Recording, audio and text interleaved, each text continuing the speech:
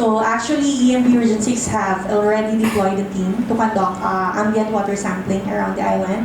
So we have conducted a sampling last March 26, 2024. And actually, we have established 10 sampling stations, 6 of which are sa coastal areas po.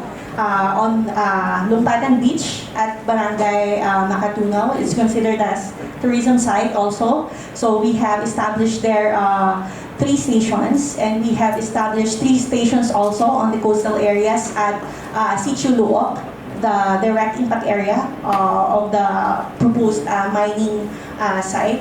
And then we have also conducted sampling at the spring water source na ginagamit po ng ating mga residente as their domestic water source.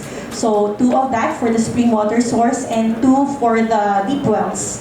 So all in all, we have 10 sampling sites. But unfortunately, Your Honor, the EMB-6 laboratory has no capacity to analyze arsenic, presence of arsenic in the water sample. But we sent the samples to our EMB Central Office. But until now, wala pa pong results yung lumabas. So we are actually awaiting for the results to come through for us to refer it firstly to DOH, Department of Health, since these domestic sources are used in daily lives in of the townsfolk there at Pan de Azucar Island.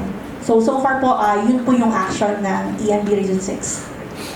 So until when yan darating yung we will fast track it, sir, considering EMB Central Office Laboratory is accepting samples in different areas within the Philippines. So we will try to fast track everything that the results may come 2 or 3 months after.